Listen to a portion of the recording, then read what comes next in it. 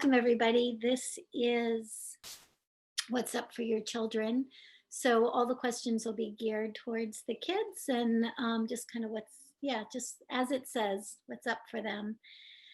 Before we get started, however, I'd like to start where we always start, which is in the heart. And so let's just use this moment to just kind of bring our attention into that heart space and breathing deeply into it and exhaling out 360 degrees. And really give yourself a little bit of a container here. So we're breathing into the heart space and we're exhaling out 360 degrees from our heart space. So whether we're parents or professionals working with kids or attempting to work with kids right now, or any other kind of interaction that we might have, it's like that heart space first and foremost needs to start for ourselves. Yeah. And so breathing again, nice deep into the heart space and exhaling out 360 degrees around you. Yeah, almost nurturing your own inner children before we start having a conversation about our external children. And one more time here, deep, deep breath into the heart space. Breathe deep as you can, as deep into the heart as you can. And exhaling that energy out 360 degrees around you, giving yourself just a little bit of space. Here we go. Here we go. All right, so as you're ready, we'll just come back and Sharon can give us the questions. One of the things I will say, there's a lot of energy going on right now. I mean, this full moon yesterday, and we're coming up to some big astrological configurations that are impacting not only the children, but each one of the children within us as well. And so there's a heightened sensitivity kind of across the board. There's also there's a rub, I guess is the best way I can say it. And so we're really wanting to make really great choices for ourselves right now, really great choices for all of those inner children that exist within us. And then we know we're going to be making much better choices and be much better support to the outer children. So let's just take that into consideration as we have our conversation today. The energy is packing quite a punch over these last few days and will between now and the end of the year. So, all right. So Sharon, do you have anything for me? I do. The first question from this mom, Elena, says she would like to be able to play more with her daughter, and she admits that it's tough to play, especially as the daughter is at that toddler stage and is quite bossy. Can you give any suggestions on how to help her take off the adult suit and start playing with her child? Oh, thanks for that even request. I mean, it's such a nice request. And I think a lot of times that when we're noticing that about our children, we also are noticing that as adults, we have also gotten to the place where maybe not bossy, maybe that's not the exact word I would use here, but we get to the place where we're very fixed in what we'll allow and what we won't allow. We're very fixed in what we think works for us and what doesn't work for us. And I have a feeling that your toddler is simply giving a little bit of a reflection in her own bossiness as to where each and every one of us has kind of come into some identity with how we want things and the way we want it. And so it's a really great reflection. It's a really great opportunity to kind of reflect and say, okay, where am I rigid? Where am I needing things to be a particular way in order to feel comfortable or safe in the world? And as we start reflecting on those, we naturally and organically start to break down some of our own rigidity. And so from that place, you won't have to try to figure out how to play with her. It's just going to be a natural and organic unfolding, because those parts of yourselves self that thinks that um, yeah, the parts of ourselves that think that we need it to be a particular way, or that we need to be able to be in control of the situation in order to have fun, right? Those will start to dissipate. So she's doing what all amazing, beautiful 2 year olds do, which is kind of trying to set her own autonomy. She's trying to set her own uh, base as to what works for her and what doesn't work for her. So that's her side of it. The other side of it is that every single adult has been that 2 year old, and every single adult from that place of being two has recognized or realized that not everything that they want and the way they want it is going to come about. And because of that, we start having all of these different strategies that we use. So long story short, I literally would just reflect for a few minutes for yourself. Where are you asking things to be a certain way or not a certain way? Where do things need to be yeah, where is that bossiness happening, right? And again, not as a negative, but as a strategy. So as a strategy to just move through life. So when we ask ourselves those questions, all of a sudden it's like, oh yeah, I don't feel like holding on to that anymore. And the next thing you know, you're dancing through your house with your kid, or you're doing things with her that she's yeah, that she's more than pleased to engage in. So I hope that makes sense. Sorry, I'm a little disoriented after our little glitch this morning, but I hope that that makes sense. Yeah. All right, second question. This one is the mother and the daughter have a very close bond, but for dad, it is not so easy. Often, when he comes home from work at lunchtime or in the evening, her child screams and pushes him away when he offers kisses and cuddles. And often, as soon as she hears the door, she screams, "No, no, no, no, I don't want you." It is very tough for him. It's not all the time, but it happens a lot. Is this a transition issue? Um, it could be, but let's look at it strictly energetically. Let's take the personal elements components out of it, because I know when a little kid is rejecting a parent, or pushing that parent away, I mean, it hurts, right? It just flat out hurts. And it not only hurts the parent that's being pushed away, but it also hurts the parent who might be watching that.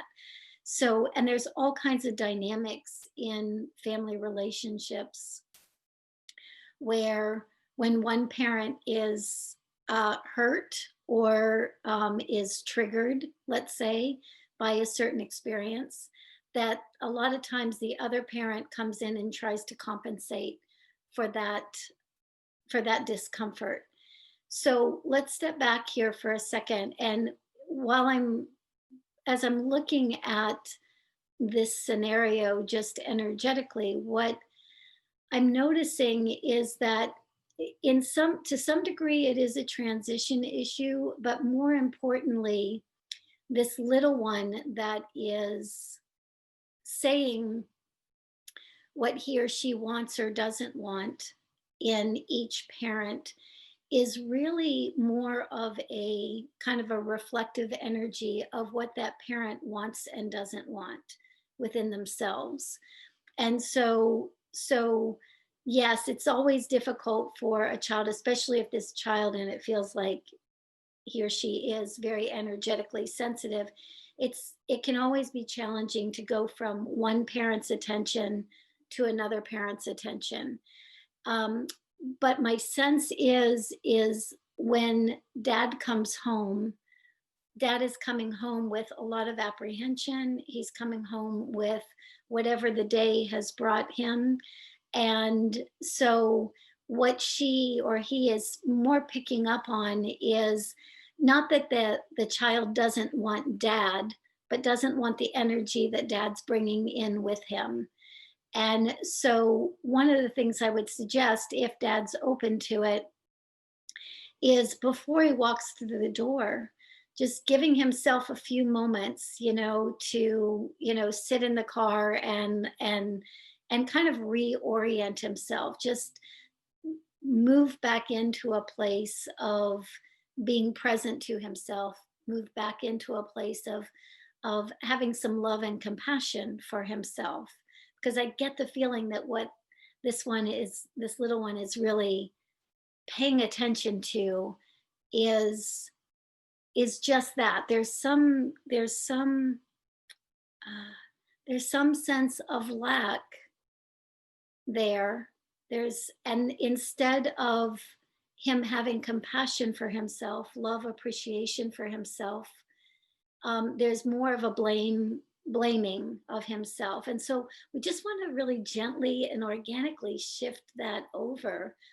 Even in our conversation today, we'll just put it out to the powers that be, let's say the bigger forces, that that that this lovely father just find a little bit of compassion for himself, to not, yeah. And when he does, he's gonna notice that that transition's gonna be a lot easier.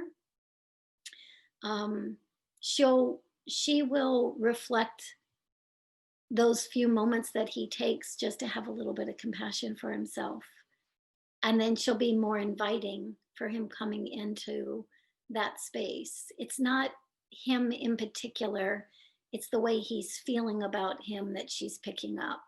And that's a little bit more challenging for her to transition into. So I hope that's helpful. Okay, this is from Anya, and she wants to know what are some of the forms of communication that work and support children, especially the newer children on the spectrum. Well, less is more as far as communication is concerned, and especially verbal communication.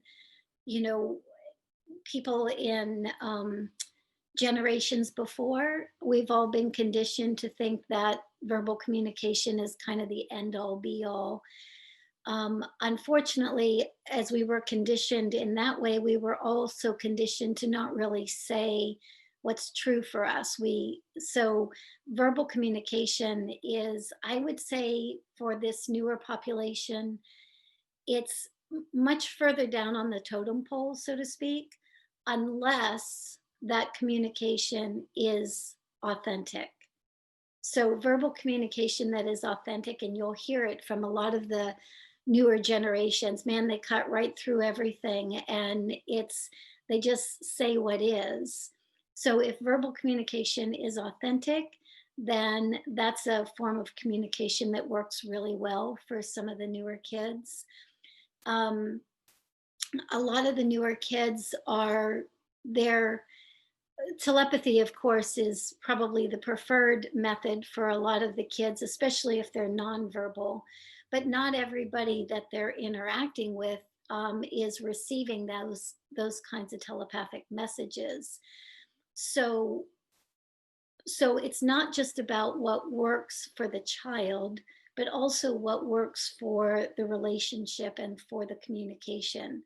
So a lot of kids are also asking for parents to pay more attention to more subtle kinds of movement. They're asking parents and professionals to pay attention to how an exchange feels versus looking for a verbal response to that. So, do you like this? Do you not like this? Is this working for you? Is it not working for you? A lot of parents and professionals are looking for some kind of verbal response, um, and maybe some professionals, more metaphysicians, are looking for a telepathic response. But in either case, what we're really looking for is, how does this relationship feel? How does this dynamic feel? And if we start tuning into how it feels, it's much more likely that we're going to get either more clear telepathic communication and or more clear authentic verbal communication. So what's working is really authenticity, and just watch as our generations, as more and more new kids start coming in, this is not going to be just something that's a nice idea. It's going to be mandatory. So, and we've been watching this with kids on the spectrum for a long time. They've already had that, and they've been inviting us over and over again to that way of being. And right now, it's such a good, I mean, quite frankly, everything's up in the air anyway, right now. So we might as well be as real and as clear and as authentic as we possibly can, because it serves everybody to do so. So yeah, I hope that answers your question, Anya. Okay, so this question is my son Joshua is 7 years old and autistic and non speaking.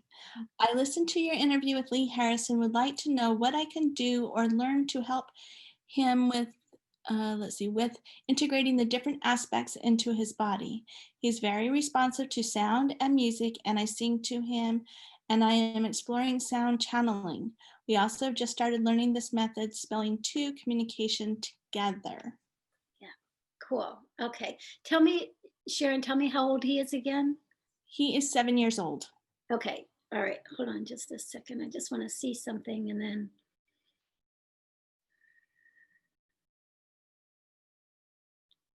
Yeah, so I want to speak directly about him and uh, for him in this response. So first, he wants you to know that yes, sound is really helpful for him. That it's like he sound is like are like words to him. So happy sounds, happy music, happy tones, are moving that energy in through his body, giving him also the opportunity to feel heavy tones, heavy music, let's say, heavy sounds, so that he can process some of the energy that moves through him out as well. He's very the energy of him is so beautifully fluid, is what I want to say. And by fluid, I mean that just like music is fluid and it changes our feelings, it changes our thoughts, it changes all kinds of things. Music for him really is a great integration strategy, in so much as it allows him to feel comfortable in his body.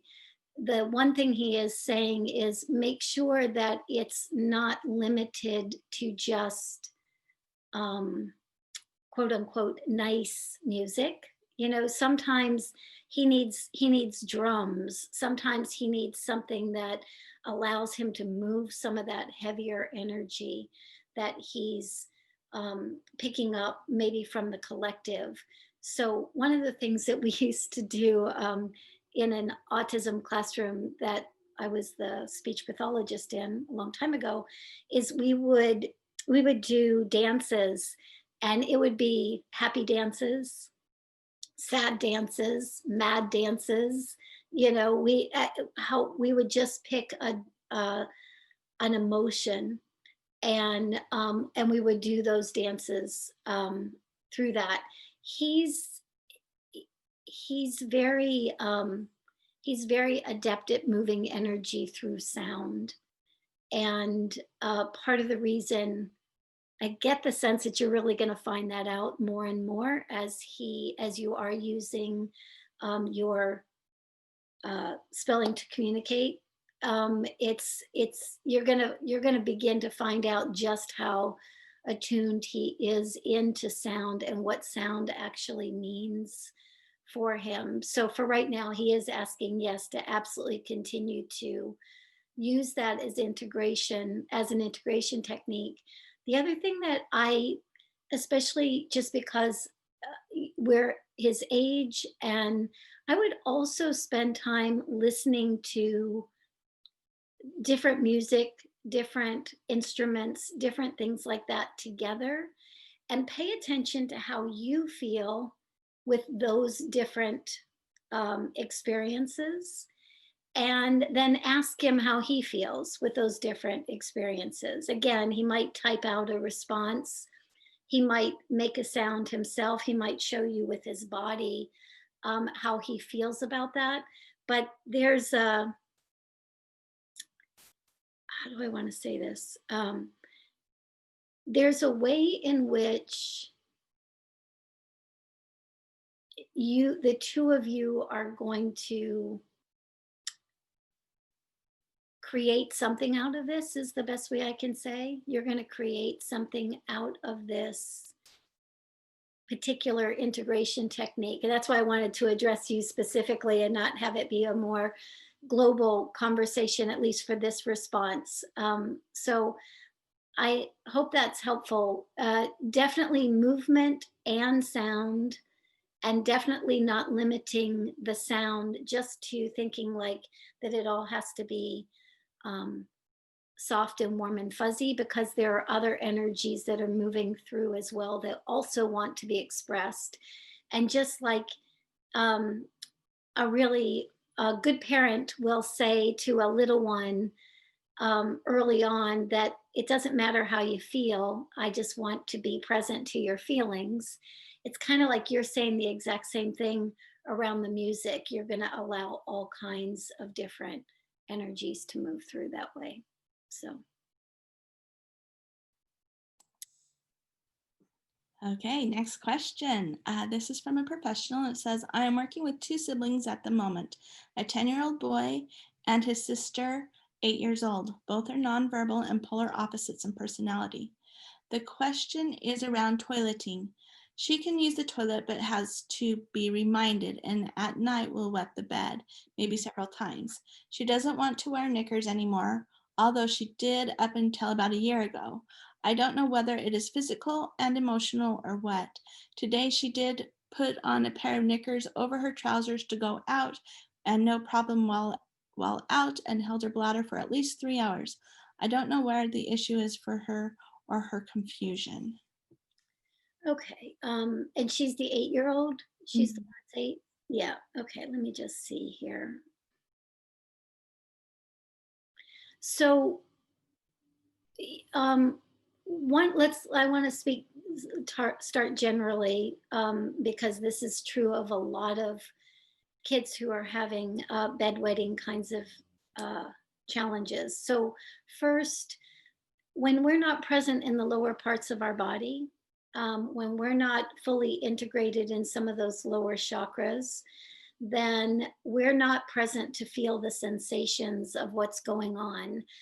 You see this not only in autistic children, but you also see it in adults who are kind of leaving their body through Alzheimer's or something along those lines. This is where you get incontinence and things like that in that population, just like you get it in children diagnosed with autism. And it has to do with the fact that either for the child diagnosed with autism, they haven't fully integrated the their they haven't fully integrated um, who they are, what they are. They haven't been able to fully connect that down into those lower chakras where that energy is more dense. It also happens in the reverse as somebody's leaving their body and they start to vacate those lower chakras as they're transitioning out. So we get it on both sides. So in so part of it is because she's simply not fully present in the lower part of her body. So that's true for her as well. One of the other things that is also true is, at least looking at it energetically, is there's not really, she hasn't figured out yet. And I think the people in her environment have not yet figured out, her parents primarily have not quite figured out what her actual identity is here. Like, is she just a kid who's challenged here? Is that all she is here? Or is she something much more than that that they're not yet seeing? And so, right around the solar plexus area or the sacral area, kind of, it goes back and forth and in between. It's almost like she's saying, so who am I? What am I here? How am I meant to function here? Clearly the way I function is not like everybody else functions. And there's an idea for her, or she has been given this feedback that the way she functions here um, hmm, is not the way she should function here. Yeah, is quote unquote broken. I don't feel that this is coming from you. I feel like this is more coming from, a parent who just doesn't really know how to relate to someone who is functioning differently. So one of the things I'll say to you is that in support of her, really filling up her solar plexus and sacral chakra. So even energetically, you can just project, intend energy into those lower two chakras, almost like you're filling them up, and you're filling them up not with your energy, but you're filling them up with her own sense of self. Your intention is, I'm filling you up with who you are, right? Not who somebody else thinks you should be. Or so as you fill that space up, it's almost like she has something to hold on to. She has that bigger part of her has a place to anchor lower in her body. And as it anchors lower in her body, then those physical sensations of, I have to urinate, or those, she'll be more tuned into those because she'll be more present for them. But she really needs somebody to help her fill up that space. Yeah. I mean, we could do this with every child on the spectrum, with the intention of not our energy moving in, but the energy of who they actually are, that energy being broadcast, let's say, or supported within, especially that solar plexus and the sacral chakra.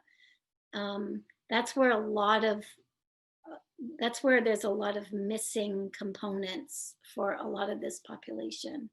So I would start there. And as you start there, then mom and dad may be able to see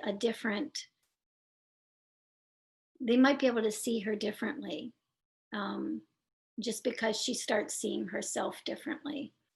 So I hope that's helpful. So this question is around the same family. The brother is 2 years older and is nonverbal.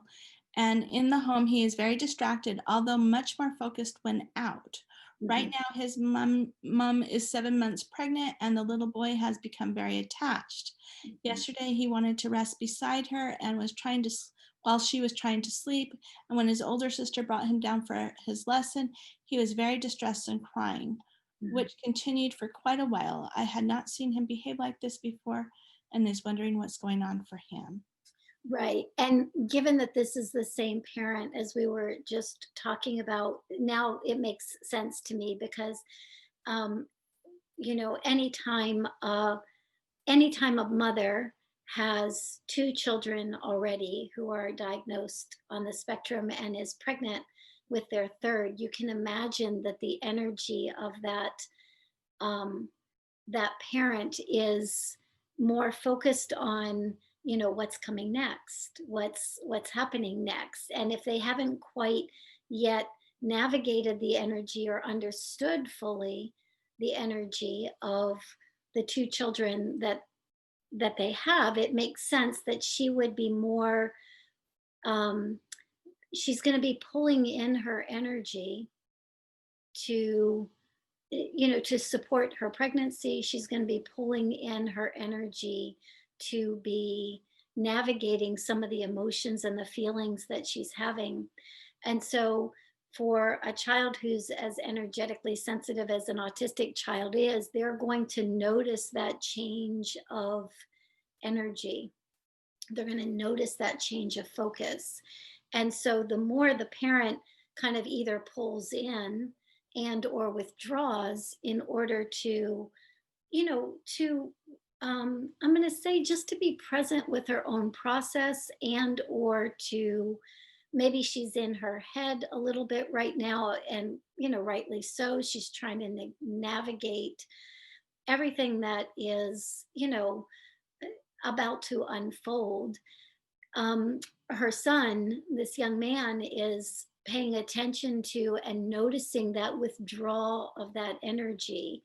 And as she's withdrawing, he's trying to get closer. He's trying to figure out what's going on. So he's going to be a little bit more attached to her thigh. One of the things that, again, I would say to you to say to him is, I would just give voice and meaning to what mom is, might be experiencing right now, what she's going through right now. Really letting him know that it has nothing to do with him. It has to do with her kind of creating a space for herself and for this new child that she's bringing into the world. And so, and letting him know also that when she is energetically retreating, even though she might not be physically retreating, if she's emotionally retreating or energetically retreating, we just want him to know that it's not about him. It's really not about him. It's really about her needs in this moment. And so, as you give voice to that, he won't feel as anxious about the fact that that energy is being pulled back. Yeah. So,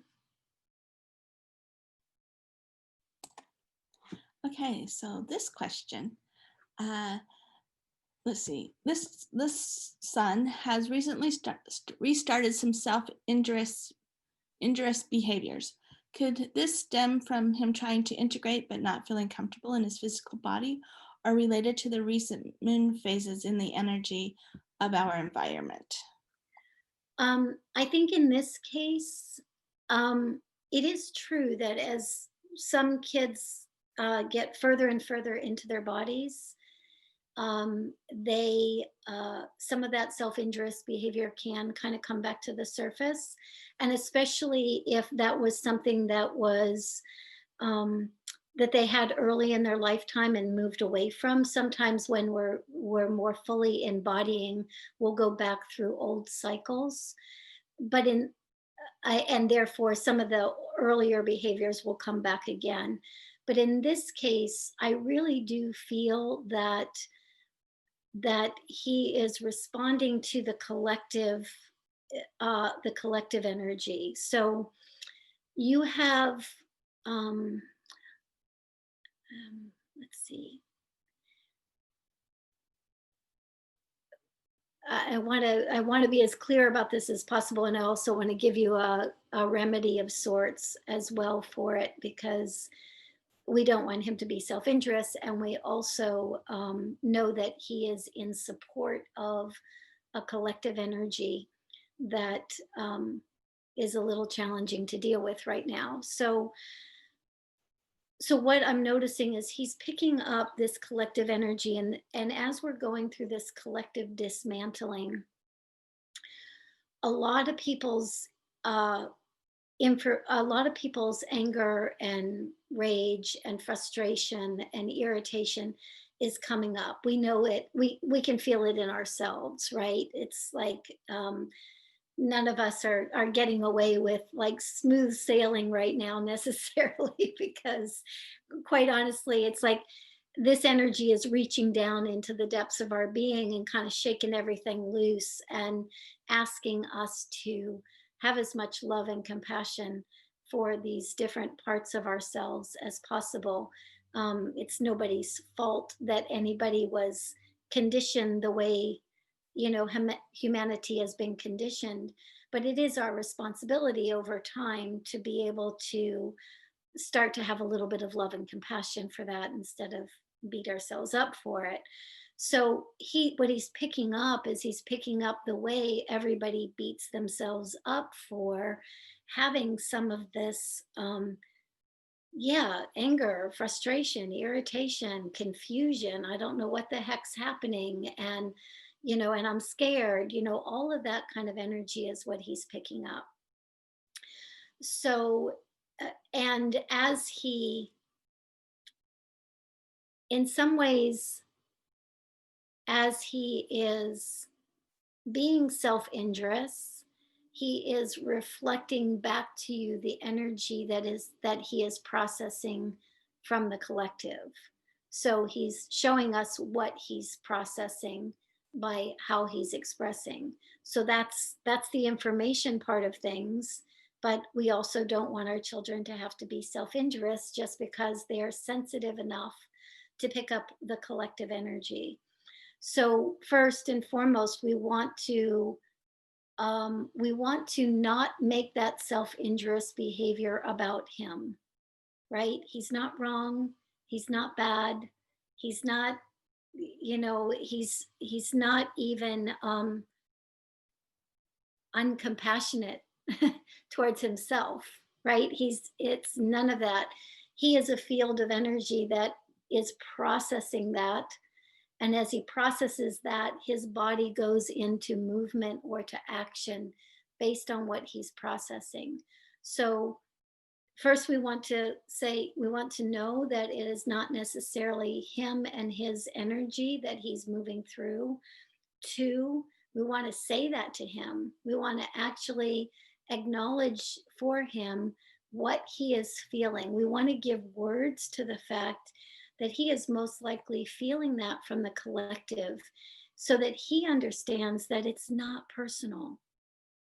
Because if you have a individual who's self-injurious, a lot of times there is either guilt can be projected, and or guilt can be felt from the inside out, because nobody really wants to hurt themselves. Nobody really understands why they would be hurting themselves. So let's give language to this. And um, even if your son is nonverbal and you're maybe assuming or that he's unable to understand what you're speaking, please speak it anyway, because there is a part of him that completely understands.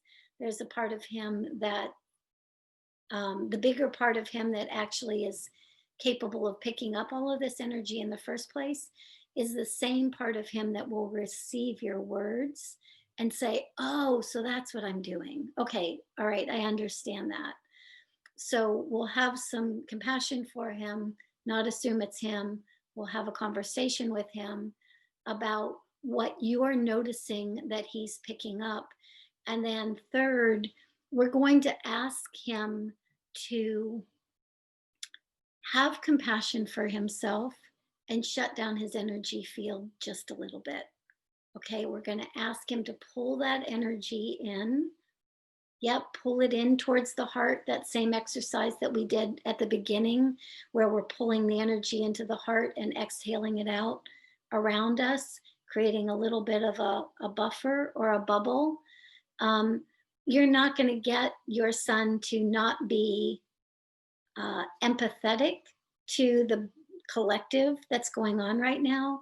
But what we can do is we can start to educate him as to how he can have that empathy without having to take on all of that energy, right?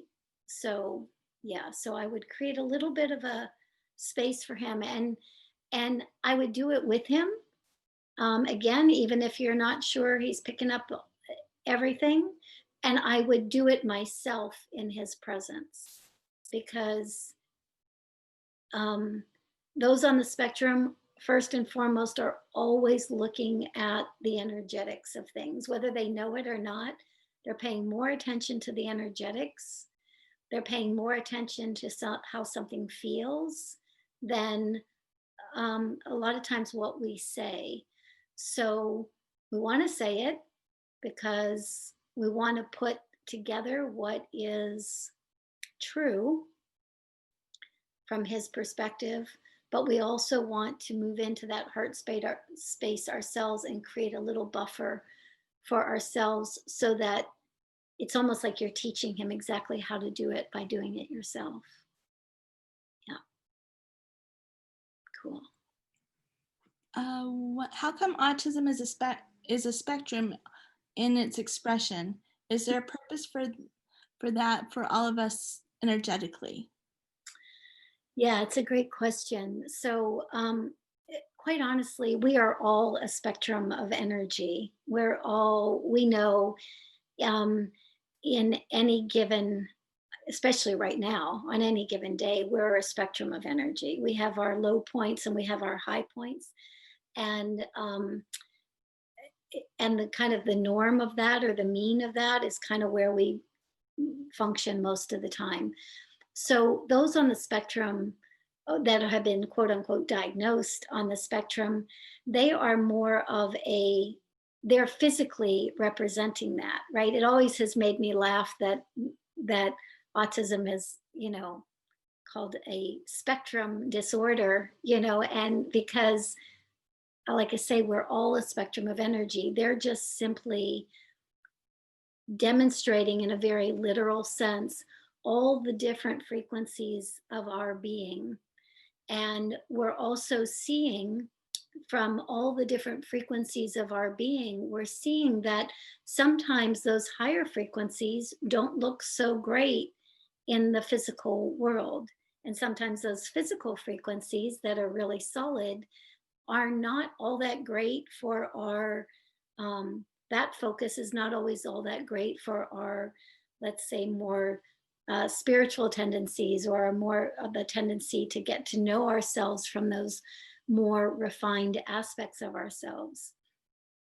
So they're very literally showing us the spectrum, and also showing us that that spectrum is not specifically focused around how well the physical body actually works in the world. We've really got to get away from this idea that that the end all and be all of our existence is limited to our physical experiences, right? Those physical experiences are beautiful and they're wonderful, they're great, they give us the opportunity to be here and to evolve and to change. But I think, if nothing else, this population is begging us to pay more attention to our feelings, to pay more attention to our thoughts, to pay more attention to the energy that we feel, the subtle worlds. Um, because as we pay more attention to all of that, then our physical body naturally and organically starts to feel a little bit more ease, with some of these higher frequencies that we're, quite frankly, all capable of bringing in at this point. So, yeah, so very purposeful that they are on the spectrum, very physical manifestation of seeing the different realms and realities and how they attempt to interact, and a big invitation to each and every one of us to go into the spectrum of our own life experience, the physical, the mental, the emotional, the other realms, the other subtle realms of being, and just see how are those in conversation with each other, or are they not? How are we engaged with these different parts of ourselves? Are there parts of ourselves that we completely leave out, where other parts we pay a lot of attention to? So, yeah, it's awesome.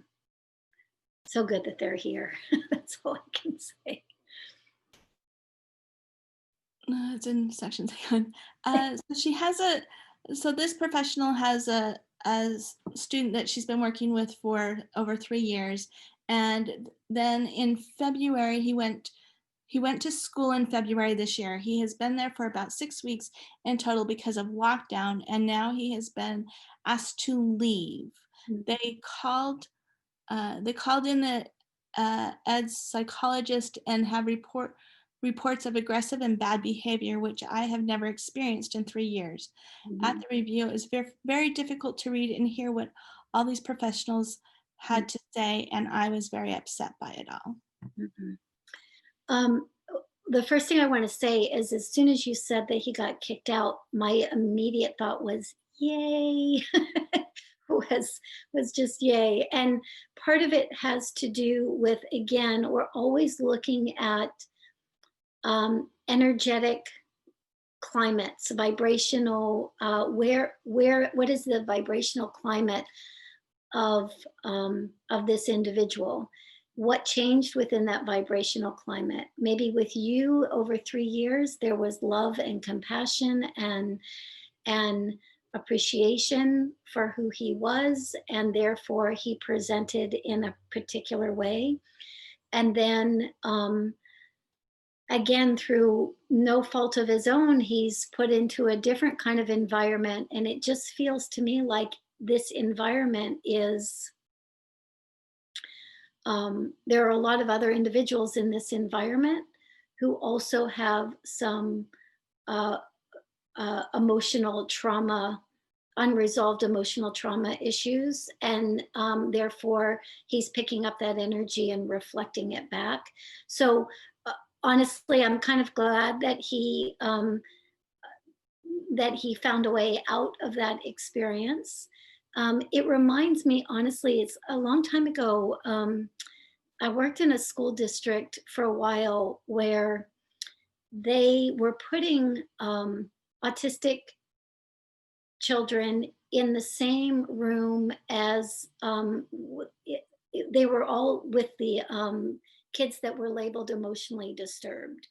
So there's a lot more of a conversation we can have about that, but what I want to say here is that when they were putting these children who are so like sponges, like emotional sponges, they're picking up the collective environment, right? In with children who had not yet, who had really deep, deep trauma, and who were not really given any way to process that trauma. They were just kind of put in this room together with these other kids, and they were considering them all the same. What I noticed throughout the year is that almost every child that was diagnosed with autism ended up having more significant behaviors throughout that year. And all it was no fault of their own, other than the fact that they were just simply absorbing the trauma, the drama of some of the kids who had not been able to integrate that trauma, and they were expressing it. So we got to be really careful about what energetic environments we put somebody into who is highly energetically sensitive and aware, right? And we also want to be very clear with this population that when they pick that energy up, and they act that out, that is not their fault. That is, so all of these other professionals can say, he's this, he's that. They're simply looking at the physical experience, but they have no way, quite honestly, yet, of paying attention to the fact that this is an individual who had the capacity to pick up an emotional environment and reflect it back. He was actually telling all of those professionals what's exactly going on, for those other individuals, when those other individuals may not have had the capacity to say that for themselves.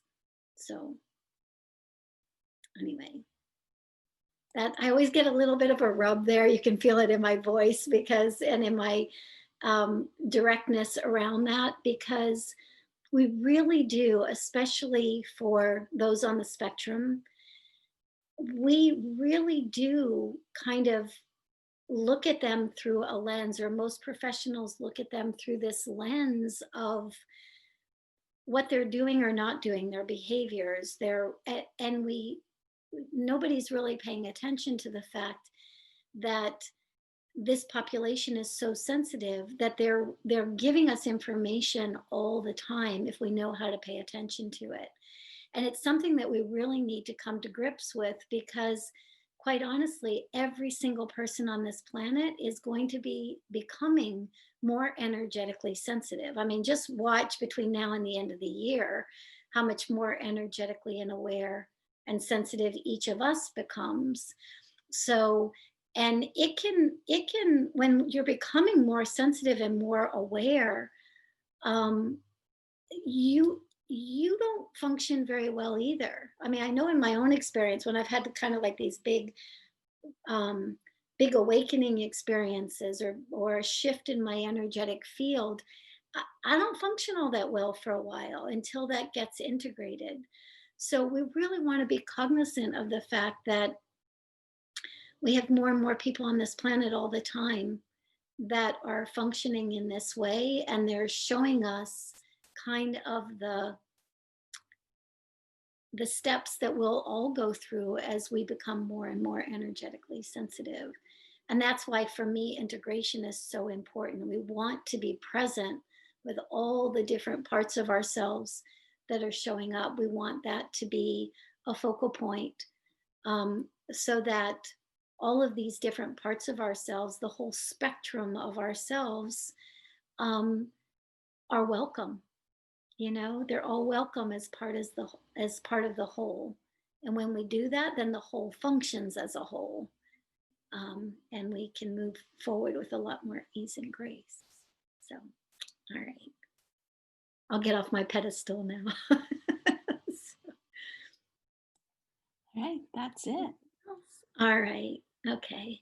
Thank you, guys. Thank you, everybody, for showing up. And I hope that this is helpful. And again, definitely between now and the end of the year, I think one of the best things that we can do for our children, and especially our energetically sensitive children, is be kind to ourselves, right? Show them how to be kind to them by being kind to ourselves. All the different pieces that are coming up and moving, getting dismantled for us. Let's just give ourselves to allow all of it as part of our totality, and they'll follow suit. So, all right. Okay. Lots of love, everybody. I'll see you next time. Bye.